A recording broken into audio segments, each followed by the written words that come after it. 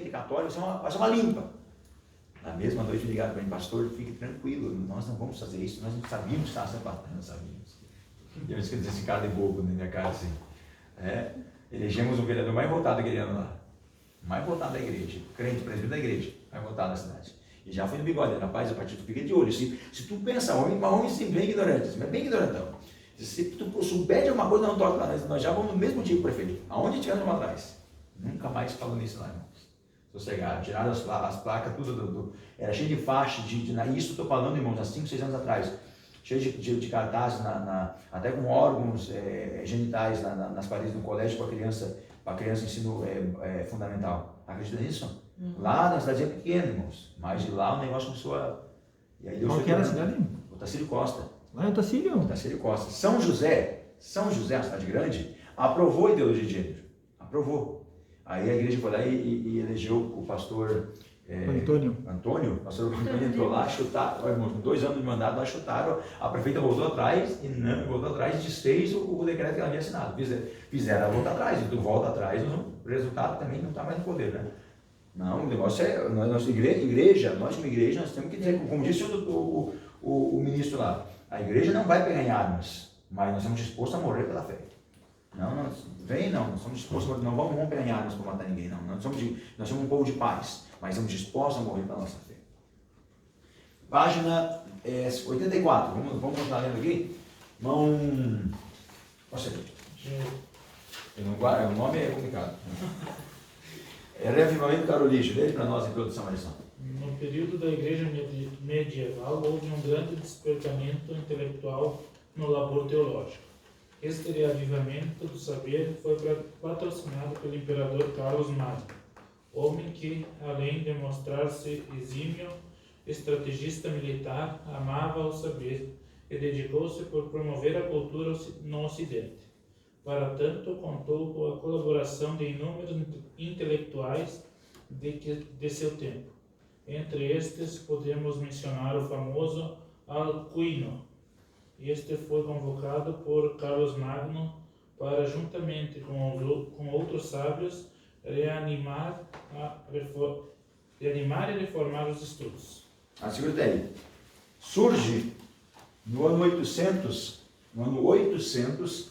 Carlos Magno é coroado como imperador do Sacro Império Romano. Percebam. O Império veja bem, durante esse período de 4 séculos, quem governa a Roma, o Ocidente, quem governa, digamos assim, há vários, irmãos, como quem governa? Há vários líderes bárbaros governando, digamos, vamos usar esse termo país, não existiam países ainda, regiões. Há vários líderes, porque quando o Império Romano é tomado pelos bárbaros, os bárbaros não tinham um governo direto. Eles fazem o quê? Os nobres bárbaros cada um toma para si uma região. Então, vamos dizer, então ali o Brasil, digamos que o Brasil já fosse colonizado na época, o Brasil vai pertencer para o fulano de tal, a outra região argentina é do outro fulano. Então, assim, eles dividiram em regiões para serem que seriam os seus reinos depois.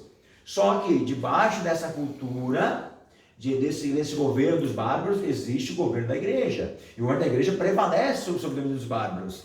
Porque os bárbaros impunham medo, mas Roma empunhava o medo não da morte, o medo de ir a alma para o inferno. E aí, então, isso aqui fortaleceu e o que eles fizeram, lembra que eu falei que eles iam fazer o império voltar a existir? Eles conseguem. No ano 800, Carlos Martel, que foi o maior líder para os árabes, o maior soldado cristão, os caras tremiam na frente desse cara aqui. Os árabes tremiam. Esse homem foi um meio estrategista tremendo. Ele é coroado no ano 800 e eles queriam ter um império que vai de 800 até 1054, o Sacro Império Romano. Veja bem. Eles tentam fazer o Império Romano voltar a existir. Então, o sacro por quê? Quem instituiu foi a igreja. Sacro porque é o Santo Império. E Carlos Magno era um católico ferrenho. O Papa vai lá, usa o poder que tem, articula. Irmãos, mas isso é uma coisa nova. Irmãos, vamos ver isso na Bíblia. Vamos ver isso na Bíblia acontecer. Quando Joiada fez isso, Joiada fez o quê? Quando a Atália manda matar, vê que seu filho morre, o filho de Atália, que era rei, morre, ela faz o que? Ela dá um golpe militar. A Atália vai lá e mata todos os parentes, os filhos do rei, todos os seus netos, ela manda matar todos os netos dela para ela ficar no poder. E a Bíblia diz que a mulher de Joiada, que era o sumo sacerdote, Jeoseba, que era irmã do rei, ela pega o filho o mais jovem do rei, e esconde no templo, porque Atalha era desviada, Atalha não era crente, então Atalha nunca foi na igreja. Olha que mensagem, né? Atalha nunca foi no templo. E aí ele é criado até os 7 anos, é o rei menino Jeoás. Ele é coroado com 7 anos de idade. Então ela pega ele criança e esconde no templo, e cria ele no templo escondido de Atalha.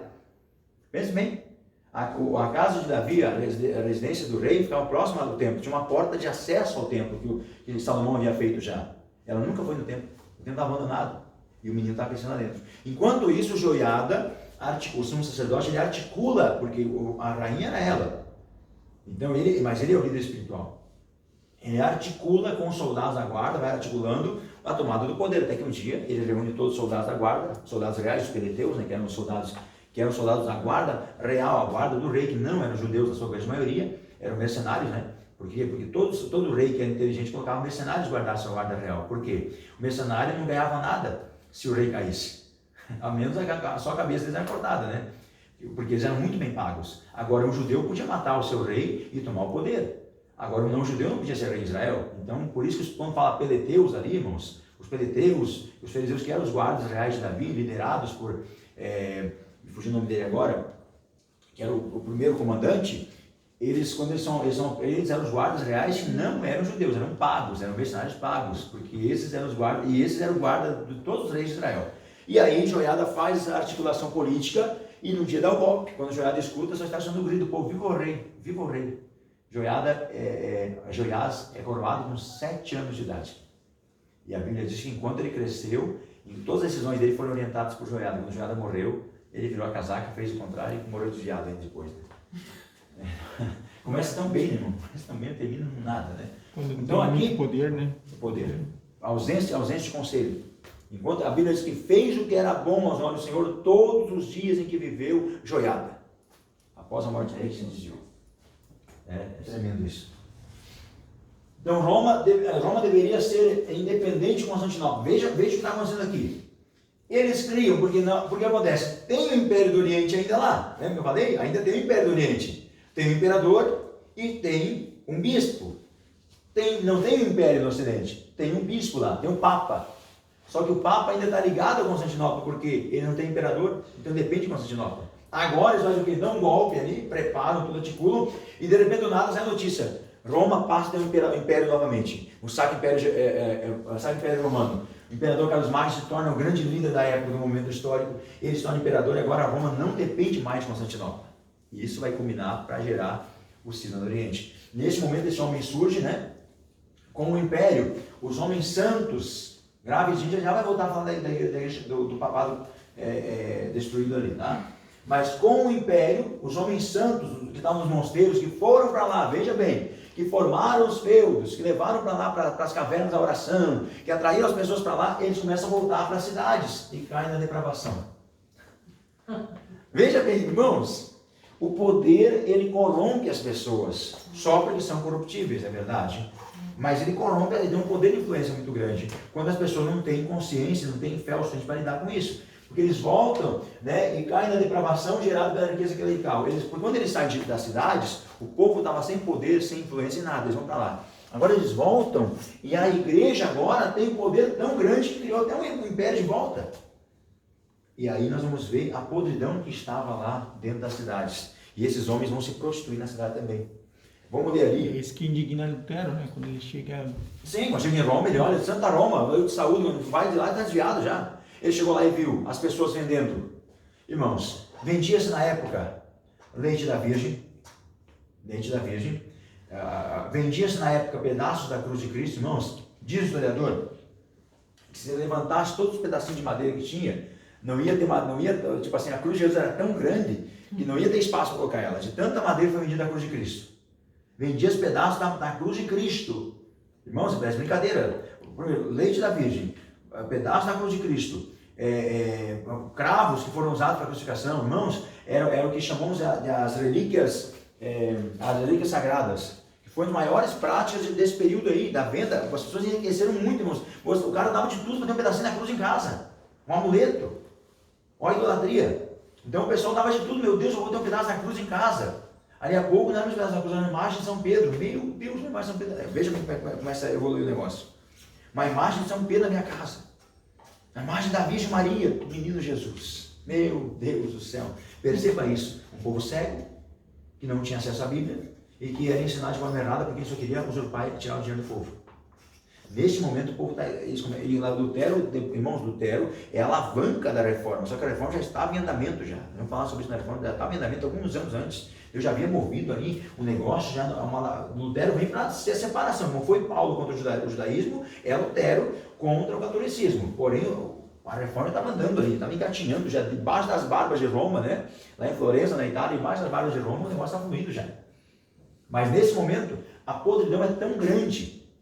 Os padres, irmãos, os padres se prostituíam. Tem um caso tremendo em que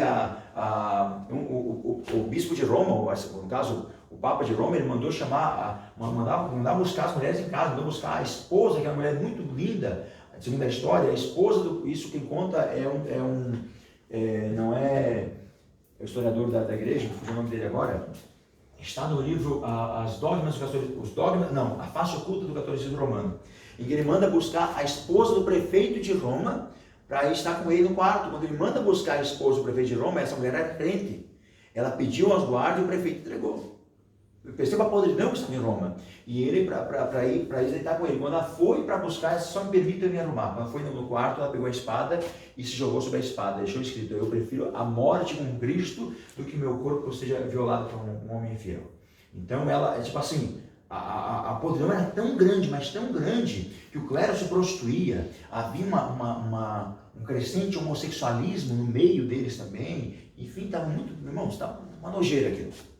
O mau cheiro, né? Aquilo cheirava mal aos olhos do Senhor, porque a adoração ela cheira a narina de Deus, e o pecado cheira mal às narinas de Deus também, né? Então, nesse momento aqui, isso está atrelado à questão da imoralidade papal. Olha só o momento do papado no período medieval.